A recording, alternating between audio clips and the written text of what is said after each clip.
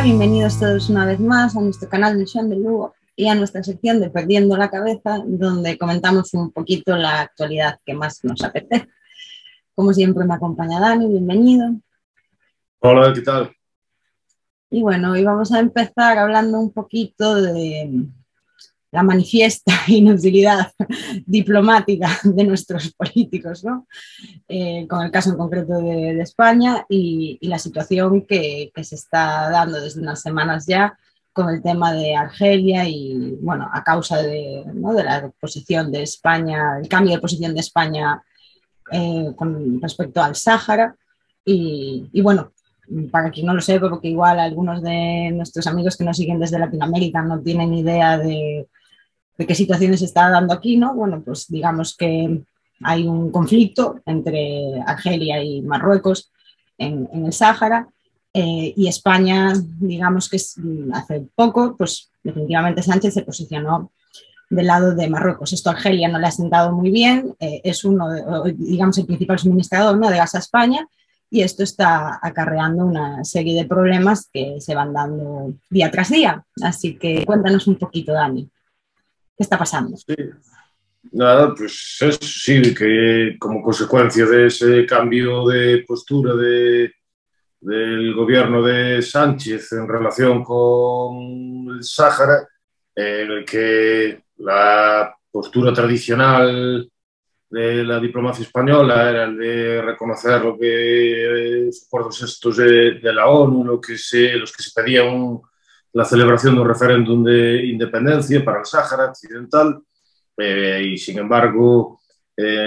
hace poco tiempo pues Sánchez dijo que lo más útil, lo más adecuado sería probablemente que el Sáhara Occidental permaneciese como una autonomía dentro de Marruecos. Y Argelia, que tiene, digamos, es un país rival de Marruecos y que tienen intereses encontrados, pues se le pareció que era un ataque diplomático, puesto que España rompía una situación más o menos de neutralidad, en la que intentaba pues no posicionarse claramente a favor de ninguno de los dos países y defendía la postura que había mantenido la ONU, que era básicamente la postura tradicional de la diplomacia española. Entonces, la última semana, Sánchez en un discurso dijo que este cambio era positivo y el gobierno argelino pues reaccionó a algo que estaba ya parecía claro que iba a reaccionar de alguna forma, que hicieran declaraciones, pero todavía no tomara ninguna medida drástica, pues reaccionó diciendo que se rompía el tratado de amistad que tenía con España y el que se iban a adoptar también medidas para suspender las importaciones de productos y servicios españoles. Y esto es una situación bastante difícil, sobre todo en relación con la dependencia del gas, es decir, en una situación en la que estamos en Europa, en la que debido a las sanciones europeas y a la dependencia del gas ruso, pues se están produciendo subidas de precios, tanto en el gas como en el petróleo, como todo lo relacionado con la energía, pues España, que tiene menos dependencia del petróleo ruso que otros países europeos, pero que sí tiene una gran de petróleo del gas, pero que sí tiene una gran dependencia del gas de Argelia, porque creo que más o menos hasta el 30% del gas español procede de Argelia, pues se pone en una situación innecesariamente difícil, puesto que aunque los argelinos dijeron que van a mantener los contratos de suministro de gas a España, sin embargo, dentro de esos contratos está la posibilidad de revisar periódicamente, cada cierto tiempo, pues revisar los precios. Y ya avisaron de que van a revisar los precios. Al único país al que le van a revisar los precios al alza es a España. Entonces, además de esto, se presenta la dificultad de eso, de las dificultades comerciales o las sanciones a los productos españoles. También va a tener efectos económicos para la economía española. Pero sobre todo lo más preocupante es eso, la posibilidad de que no creo que se llegue a producir que dejen de suministrar el gas, pero sí que incremente los precios de una manera muy importante. Mientras otros países, como por ejemplo Italia, están intentando reforzar sus lazos con Argelia precisamente por la cuestión de intentar conseguir todavía una mayor cantidad de gas argelino. Entonces, parece que no fue una idea diplomáticamente brillante la que adoptó el gobierno español, y parece ser que es otra demostración de esa incompetencia e infantilismo de la diplomacia europea, en el que se hacen determinadas cosas como si no fueran a tener repercusiones, como si los intereses de los países europeos pues fuesen intereses que se van a defender de forma automática, o que todo el mundo tiene que defenderlos de forma automática. De hecho, se relaciona con las declaraciones que hace muy poco tiempo el ministro de Exteriores de la India dijo que un serio problema que tienen los países europeos es que ellos creen que sus problemas, tal como los definen sus gobiernos, pues que son los problemas de todo el mundo, y que pues eso no es así. Entonces, aquí vuelve a pasar algo parecido. Si tú quieres plantear una modificación de la política exterior española en relación con Marruecos y con el Sáhara de tan alto calado, y que supone una transformación total de la política en este ámbito de los últimos 40 años, pues tienes que estar preparado para la posibilidad de que existan repercusiones. Y sin embargo, aquí parece que no, que entre otras cosas, porque Sánchez, el presidente español, no es lo que se diga un mago de la estrategia. Normalmente parece que sí que tiene tendencia a actuar de forma táctica, es decir, cuando encuentra un problema, intenta resolverlo a corto plazo con el objetivo de intentar mantenerse en el poder pues el mayor tiempo posible. Y eso normalmente en el interior lo hace bien, pero en este caso se ve que tiene consecuencias que claramente no estaban previstas y que pues no saben cómo reaccionar, porque actuaron de una forma bastante incompetente y chapucera. Y lo que intentaron hacer pues fue pedir la ayuda de la Unión Europea, y la Comisión Europea hizo una declaración en la que decía que las acciones de Argelia pues que eran inaceptables. Sin embargo, los argelinos también le dijeron básicamente a la Comisión que no se metiera donde no le importase, y que este conflicto no era un conflicto con la Unión Europea en su conjunto, sino con el gobierno español, porque a través de sus acciones pues vulneró valores esenciales de esos de los que estaban incluidos en el Tratado de Amistad. Y también dicen que no intentan suspender los acuerdos comerciales que tienen con la Unión Europea, sino que simplemente es una cuestión bilateral con España. Entonces, por otro lado, también hay que tener en cuenta que pedirle ayuda a la Unión Europea, teniendo en cuenta la incompetencia diplomática y las medidas que están adoptando últimamente, como por ejemplo el embargo al petróleo ruso, pues no parece que sea la mejor de las ayudas. Los europeos últimamente, los gobiernos europeos y los representantes políticos europeos no solo se están caracterizando por una gran incompetencia, sino también por un alto nivel de infantilismo. Y parece ser también que no comprenden cómo puede haber repercusiones para sus acciones, y también parece ser que adoptan determinadas medidas sin prever esas posibles repercusiones. Un ejemplo es, por ejemplo, podemos ver en la supuesta o posible incorporación a la OTAN de países como Suecia y como Finlandia, porque la impresión que da es que se adoptó esa medida sin tener en cuenta la posibilidad de que Erdogan plantease quejas o plantease su negativa, que fue lo que hizo y es lo que está haciendo ahora. Está declarando que él no está de acuerdo con esa entrada, y a lo mejor cambia de opinión si consigue algún tipo de ventaja o algún tipo de contrapartida, y a lo mejor no. Pero la idea es que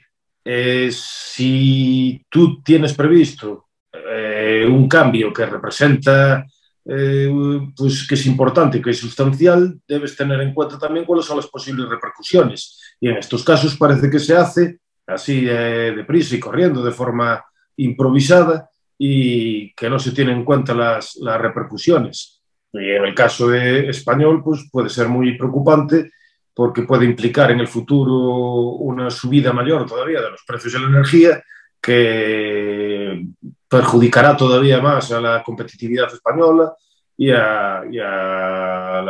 pues, incrementará las complicaciones económicas de nuestro país. Sí, porque bueno, tú una cosa que apuntabas, ¿no? Es que parece que Sánchez toma estas decisiones así a corto plazo para poner parches y bueno, por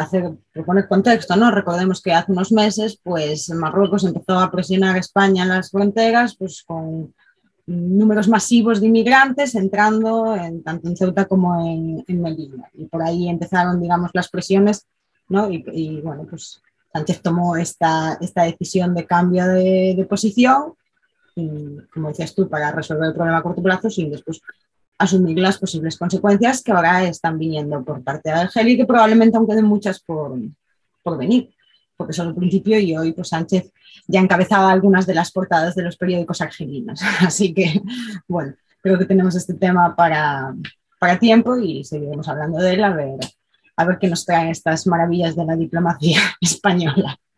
Y bueno, siguiendo con la diplomacia, vamos a entrar un poquito en la Cumbre de las Américas, ¿no? Que se estuvo celebrando estos días, donde asistieron, no podemos decir todos los países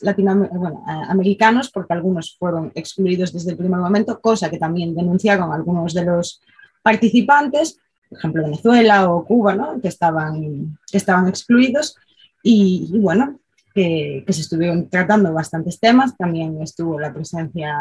ahí estuvo Biden, ¿no? Y hubo bastante conflicto diplomático, pero bueno, digamos que enfrentamiento de posturas, ¿no, Dani? Sí, bueno, para mí es otro ejemplo más de que parece ser que las élites occidentales está costando ver que hay determinados cambios en el entorno internacional y no son capaces de reaccionar de una forma muy competente. En este caso, la Cumbre de las Américas se excluyó a Venezuela, Cuba y a Nicaragua. A Estados Unidos excluyó unilateralmente estos tres países por su falta de compromiso con la democracia y eso provocó que muchos otros países latinoamericanos, sus gobiernos, que protestasen porque consideraban que Estados Unidos pues, no tenía mucho, no actuaba de una forma muy conveniente al excluir así a esos países. Y se ve que hay una situación de debilidad en el gobierno estadounidense porque esto es casi una situación inédita en los últimos 30 años, desde los años 90, desde que se está celebrando estas cumbres, pues no parece, nunca se produjo una situación así como amenazas de boicot o presidentes que se negaran a ir y que enviaran a otros delegados de un nivel inferior. Y uno de las cosas que parece ser que no cayó bien entre muchos de estos gobiernos es que esa apelación a lo de la falta de compromiso democrático, pues parece ser que se aplica en unos casos, pero en otros casos no se aplica. Que Estados Unidos tiene relaciones diplomáticas estratégicas y alianzas con países que no se caracterizan por ser pues, los más democráticos del mundo, Arabia Saudí, por ejemplo. Y sin embargo, ahí pues parece ser que Estados Unidos que no tiene que demostrar esa falta de compromiso.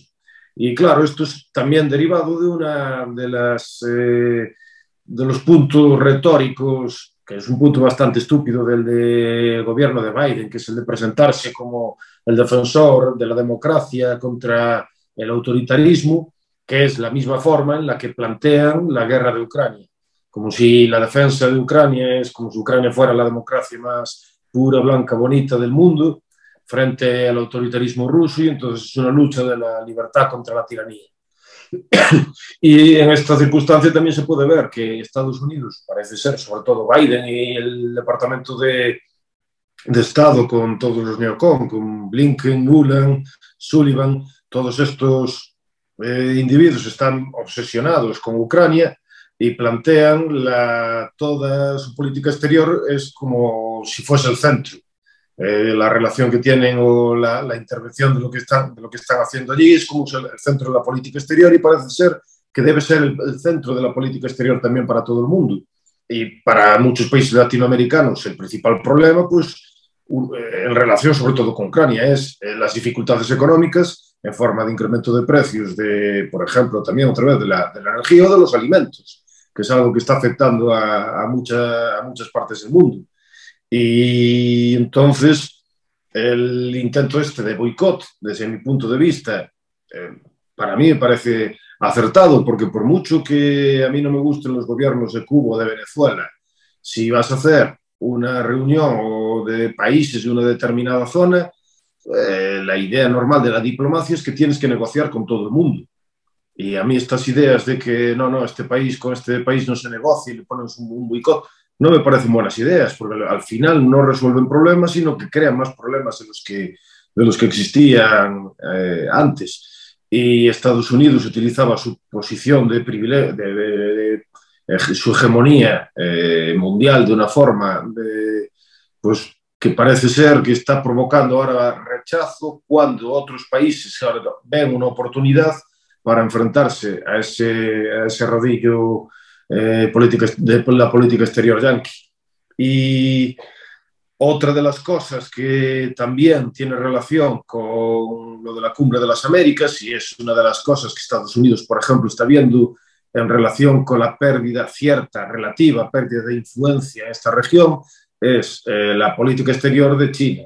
Por China, con la medida esta que se conoce como la Belt and Road Initiative, o la nueva ruta de la seda. Pues, ya hablamos de ella, perdona que te interrumpa, pero hay un programa especial sobre el tema, pues si alguien quiere verlo, porque hicimos una extensa investigación, sobre todo tú, sobre la ruta de la seda, y bueno, es interesante, porque ahora no vamos a entrar en profundidad. Pues una de las cosas que se hace con esa medida es invertir en infraestructuras en otros países, sobre todo está relacionada con países de Asia Central y países euroasiáticos, pero también se inician inversiones y actividades productivas en otros países. Entonces los chinos pues crearon el Banco Asiático de Inversiones, y a través de ese, básicamente están intentando enfrentarse a las instituciones internacionales establecidas por los países occidentales. Y con el Banco Asiático de Inversiones pues intentan hacer su propio, es una de sus propias instituciones internacionales para incrementar su influencia en el mundo. Y una de estas actividades consiste en dar, así como préstamos o ayudas a otros países para la realización de obras de infraestructura, y muchos países latinoamericanos pues obtienen préstamos de este tipo. Entonces, China está incrementando su influencia en Latinoamérica a través de este tipo de medidas, y de hecho se convirtió en el principal socio comercial de muchos países latinoamericanos. Los americanos esto lo ven con preocupación y hablan, por ejemplo, de la trampa de la deuda, que los chinos utilizan este sistema de ofrecer préstamos para luego que los países queden atrapados y tengan deuda que no pueden devolver a los chinos, de tal forma que tienen que someterse a los dictados de su política exterior. Pero en cualquier caso, los americanos no están siendo capaces de evitar esta nueva influencia económica, influencia internacional china. Entonces, esto es también uno de los motivos que les preocupa, y la actitud que tuvieron los estadounidenses en este caso, por un lado, a mí me parece fue una actitud equivocada, y por otro lado, que revela que no se están dando cuenta o no están afrontando de la manera adecuada el cambio el equilibrio de poderes a escala internacional, en relaciones internacionales. Una vez más piensan que pueden actuar de una forma sin repercusiones, y ahora se ve como en gran medida, no solo en este caso es uno de los muchos de los que estamos hablando, pero los vemos también con el rechazo a aplicar sanciones económicas a Rusia por parte de muchos otros países como China, India, Pakistán o Turquía. pues es otro caso más en el que se ejemplifica digamos, esta erosión de la unipolaridad americana. Y, pues, por ejemplo, aunque al final casi todos los países llevan representantes, países como México, El Salvador, Honduras o Guatemala no fueron sus presidentes, sino que fueron delegados de un nivel inferior. Y 14 países expresaron el rechazo a las exclusiones de Venezuela, de Cuba y de Nicaragua. Y incluso, una vez más, yo soy partidario de que si tú vas a hacer cuestiones relacionadas con la diplomacia, hay que discutir con todos, por mucho que su sistema político no te guste, su gobierno no te guste, y de la misma forma que los intercambios comerciales deben ser con todos y en todas las circunstancias. Nunca aplicar sanciones económicas y no utilizarlas como un medio, un recurso de política exterior. Entonces, pues eso, me parece que es una demostración otra demostración más que manifiesta esa erosión de la unipolaridad de Estados Unidos. Y la hipocresía implícita también, ¿no?, en sus relaciones, porque como decías tú, pues no hay problema cuando trata con países cuyas formas de gobierno están muy alejadas de la democracia, pero es dependiendo de cómo le convenga a sus propios intereses, porque incluso veíamos como cuando empezó el tema de las sanciones, tuvieron esos acercamientos, ¿no?, con Venezuela para ver si se podía hacer algo con el petróleo, pero claro, de nuevo es cuando interesa a Estados Unidos en esa situación de hegemón de las relaciones internacionales que parece que ahora se les está acabando, y precisamente fruto de la guerra en Ucrania, ¿no?, de eso que venimos hablando también de tanto tiempo en el canal, y que muchos de estos asuntos pues vienen derivados, si no todos, aunque bueno, había una degeneración ya, ¿no?, lo que hablábamos, incluso bueno, la salida de Afganistán y todo esto, pero bueno, parece que esta situación en la que se le está yendo de las manos a Estados Unidos ese control internacional sí que proviene de esta situación, como dices tú, de que muchos países están negando a aceptar las sanciones o la posición que están tomando los occidentales. Y entonces esto también sigue desarrollándose, obviamente, pasan los días y siguen pasando cosas. Entonces vamos a ver, Dani, a hablar un poquito de cómo se está desarrollando la situación en la guerra, qué novedades hay. Y bueno, a todos los niveles, tanto bélico como también las sanciones, económico y todo esto, ¿no? Sí, bueno, en primer lugar, en términos así, digamos que mediáticos, se ve claramente que hay como una fatiga de eso, de la guerra en Ucrania, que mientras que hace unos meses pues prácticamente ocupaban todas las portadas de los periódicos, estaba hablando exclusivamente de eso, ahora progresivamente cada vez parece que se habla pues menos y menos. Y otras de las cosas que se puede ver en la prensa occidental, sobre todo en la anglosajona, en la americana y en la británica, es que la realidad al final acaba apareciendo y muchas de las cosas, bueno, yo no quiero decir que teníamos razón, pero sí que la teníamos. Muchas de las cosas de las que nosotros íbamos hablando bastantes de estos programas, pues al final las están reconociendo los mismos medios de comunicación que antes decían todo lo contrario. Entonces ahora está apareciendo una serie de noticias así en publicaciones como Newsweek o New York Times o The Washington Post o The Guardian y en otros periódicos también, donde se empieza a hablar de que Ucrania está perdiendo la guerra, se empieza a reconocer el número enorme de bajas que están sufriendo el ejército ucraniano, donde se habla de la falta de munición y de artillería que tiene el ejército ucraniano y donde básicamente se presenta una imagen pues mucho menos optimista de lo que se hacía hace unos meses. De hecho, el propio presidente de Ucrania, Zelensky, reconociera hace 2 semanas, decía que el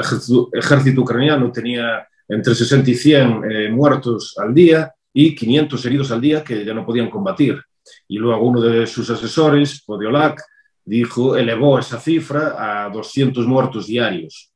Eso quiere decir que normalmente se aplica como, pues si tienes 200 muertos, pues tienes como 3 o 4 veces más heridos que no pueden combatir. lo cual quiere decir, si aceptamos las cifras ucranianas, que hay al día 1.000 soldados ucranianos, pues son bajas en el frente. Y eso es una cifra que no se puede sostener, lo que implica claramente que el ejército ucraniano está destinado a la derrota. También habla, por ejemplo, de que tiene una inferioridad de 20-1 en artillería y de 40-1 en munición en relación con el ejército ruso. También reconocieron, por ejemplo, que el 20% del territorio ucraniano está en manos de los rusos. Lo reconoció Zelensky, que no los medios o que sí, el propio... Bueno, Zelensky, sí. Y también se habla de que de que la moral cada vez es más baja y se está incrementando el número de deserciones en el frente. Entonces, todo esto son cosas que reconocieron los medios de comunicación occidentales o el propio gobierno ucraniano. Entonces, todo esto que antes, si lo decía alguien, le decían que era un propagandista de Putin, o era eso, un títere de Rusia o cosas similares, pues ahora lo están diciendo los que hablaban de que básicamente Ucrania iba a conquistar Moscú. Entonces, ahora cualquiera que piense que Ucrania va a ganar militarmente, pues yo diría que igual sus emociones le impiden tener un análisis objetivo y moderado de la realidad, porque cada vez está más claro que Ucrania ya desde mi punto de vista, eso ya se veía antes, pero cada vez se ve más claramente que no tiene ninguna oportunidad en el campo de batalla y que cuando el ejército colapse en el Donbass, pues va a tener muy pocas opciones abiertas. Y no solo eso, sino que además, cuanto más tiempo vaya pasando, menos capacidad tendrá para establecer posturas más o menos positivas en una hipotética negociación. Es decir, que cada vez tendrá una posición de mayor debilidad según vaya pasando el tiempo. Eso sin tener en cuenta todo eso, todos los muertos que están teniendo de una forma innecesaria, porque no van a obtener militarmente ninguna ventaja. Por eso, desde mi punto de vista, no solo deberían ya ponerse a negociar y aceptar que van a tener pérdidas de territorio, eso hasta lo decía, por ejemplo, Kissinger, hace un par de semanas, en la reunión que hubo en Davos, dijo que Ucrania tenía que estar preparada para hacer concesiones territoriales. Y parece ser que los países occidentales pues están en una cierta situación de desesperación porque ven que ninguno de sus planes, ni los económicos que intentaban conseguir un colapso económico de Rusia, están funcionando, ni los planes militares están funcionando. Entonces, cada vez hay menos opciones de que Ucrania consiga una salida que no implique acuerdos que supongan probablemente pérdidas territoriales y que sean, que no sean lo que ellos están diciendo ahora, de volver a la situación previa de la invasión de febrero. Entonces, cada vez la situación es más y más grave para el gobierno ucraniano y para sus expectativas. Bueno, porque recordemos además que también se hablaba, por ejemplo, de la formación o creación de un segundo ejército, ¿no? Que estaría siendo formado o entrenado fuera de Ucrania. Pero bueno, yo creo que ya solo esa idea de un segundo ejército igual deja atisbar que el primero no debe estar en muy buena situación si necesitas empezar a entrenar un segundo, y además bueno, que suena bastante... bueno, que no es muy realista, ¿no? Pensar que en 4 días vas a conseguir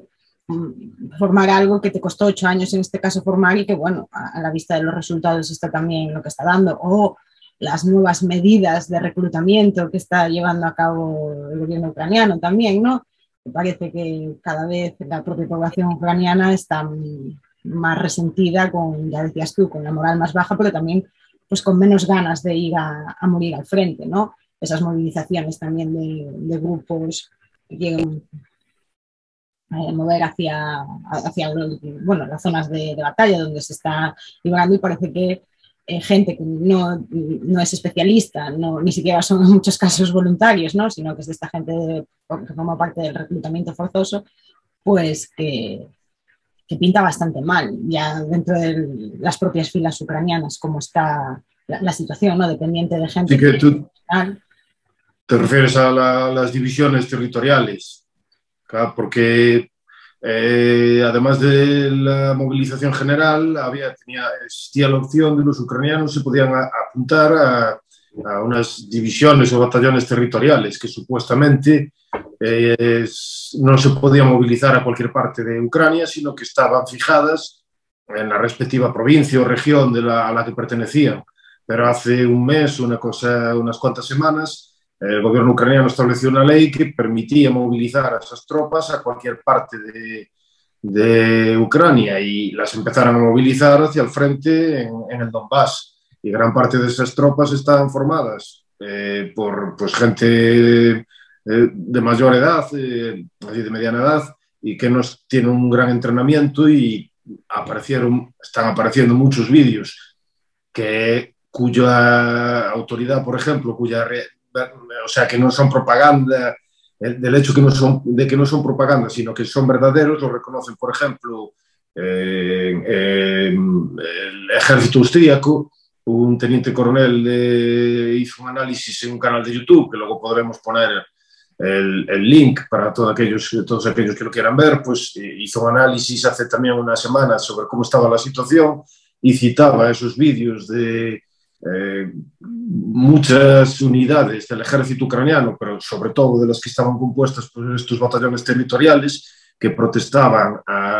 y se quejaban de que el gobierno ucraniano los estaba abandonando, que los estaba tratando como carne de cañón, que no tenían munición, no tenían artillería y que sus comandantes los dejaban casi abandonados para que fuesen a morir sin ningún sentido, y ellos se negaban a combatir en esas circunstancias. Entonces ese tipo de vídeos cada vez se está haciendo más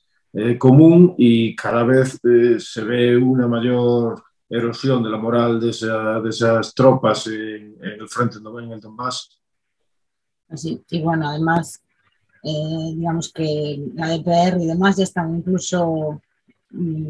reorganizando todo el territorio que ya está en manos de Rusia, ¿no? Están ya llevando a cabo juicios militares, están cambiando pues, los cargos políticos, está habiendo cambios, incluso hablan de un posible referéndum que se celebre en un plazo muy corto, vaya. Entonces, digamos que eso sigue y bueno, la contraofensiva es algo pues, implanteable ahora mismo, y ahora sí que yo creo que se puede decir que el único cambio en la situación podría venir de mano de que al final pues, se nos acaba de ir del todo la olla y las potencias, o sea, la OTAN o así, interviniera en el propio campo, pero si no, creo que es eso, los propios medios internacionales están empezando a reconocer que la guerra la tiene perdida Ucrania, que la situación en el campo de batalla sigue siendo mucho peor de la que cuentan, pero bueno, viendo la insistencia que han puesto en, como decías tú, decir que prácticamente se iba a conquistar Moscú, que Putin iba a caer desde dentro con un golpe de Estado, no sé, de la calle y todo esto a la situación real que bueno, que es la que ha sido siempre y que bueno, que ahora parece que como ya no les queda otro, han empezado a reconocer, ¿no? Incluso Biden, ¿no? También en algunos de los comentarios de los últimos días parece que ya está empezando a echar balones fuera, incluso hacia los propios ucranianos, ¿no, Dani? Sí, una de las cosas que se puede ver es como unos primeros inicios de cómo plantear a ver quién tuvo la culpa de esta situación. Una noticia así también un poco así extraña, me parece que fue en The New York Times, no lo tengo muy claro, ahora estoy hablando de memoria, a lo mejor me equivoco, pero bueno, salió una noticia en un periódico importante en el que básicamente decían que la inteligencia estadounidense tenía más datos sobre Rusia que sobre Ucrania. Y empezaban a hablar o planteaban la idea de que como que los ucranianos no le daban información correcta de lo que estaba ocurriendo en el terreno a sus aliados occidentales. Y de la misma forma, Biden, en un discurso que hizo hace pocos días, también hablaba de que uno de los problemas de Zelensky es que no confiaba en la inteligencia que le ofrecieran los americanos antes de la invasión. Entonces parece ser que retóricamente están haciendo como ya algún tipo de cambios para ver cómo plantear a quién se le echa la culpa posteriormente del hecho de que, bueno, de que vayan a perder la guerra. Y a lo mejor, pues a lo mejor Zelensky, que lo elevaron tanto, pues a lo mejor lo acaban tirando y acaban diciendo que la culpa fue de que el gobierno ucraniano no les dio la información correcta y que les estuvieron mintiendo a ellos también. En fin, increíble, pero cierto. Al final, reír por no llorar, porque es una situación tristísima donde un montón de gente inocente sufre a causa de los caprichos de estos energúmenos y que bueno, pero que esperemos por lo menos que acabe cuanto antes. Es decir, lo mejor que puede pasar ahora mismo es que el conflicto armado finalice cuanto antes, que se sienten cuanto antes en una mesa de diálogo, que empiecen a asumir las cosas, porque recordemos que si la parte ucraniana hubiera aceptado sentarse en serio con la parte rusa hace ya 3 meses, probablemente, no, seguro, hubieran tenido que renunciar a muchísimas menos cosas de las que van a tener que renunciar ahora y quedarían en una situación muchísimo más ventajosa a todos los niveles, también militar y todo, de la que se van a tener que asumir ya a estas alturas. Es así de triste. Crimea tendrían que renunciar sin duda y probablemente parte del Donbass y luego aceptar la neutralidad. Pero todo eso lo van a tener que aceptar igualmente y a lo mejor pues también tienen que aceptar la pérdida de otras regiones como las de Gerson o Zaporizhia o a lo mejor, si sigue la cosa, pues más y más. Entonces cada vez están en una situación de debilidad y la idea aquella de que tenían que seguir, necesitaban armas para tener una posición cada vez más fuerte, pues se ve que era una ilusión. Cada vez tienen una posición más débil y cada vez tienen menos elementos con los que negociar desde una posición sólida. Pero bueno, como siempre, seguiremos hablando aquí de las novedades cuando las haya y esperando a ver qué pasa. Y sobre todo deseando eso, que este conflicto se acabe cuanto antes y se puedan ir resolviendo las cosas, aunque sabemos que muchas de las decisiones que se han tomado, como las sanciones y tal, van a tener consecuencias, aunque mañana se acabase el conflicto, van a seguir teniendo consecuencias a medio y probablemente también a largo plazo, ¿no? Pero bueno, de eso seguiremos hablando por aquí. Pero creo que por hoy podemos irlo dejando. Dar las gracias, sobre todo, como siempre, dar las gracias a todos los que nos acompañáis en cada ocasión. Recordaros que bueno, le deis por ahí a los botones, que nos ayuda mucho, que compartáis el vídeo, nos dejéis vuestros comentarios, bueno, que interactuéis con nosotros a través del canal. Ojalá lo pudiéramos hacer en persona, pero bueno, por lo menos de este modo y saber también lo que opináis de todas estas cosas que nos encantan leeros. Y nada, sin más, nos despedimos hasta la próxima.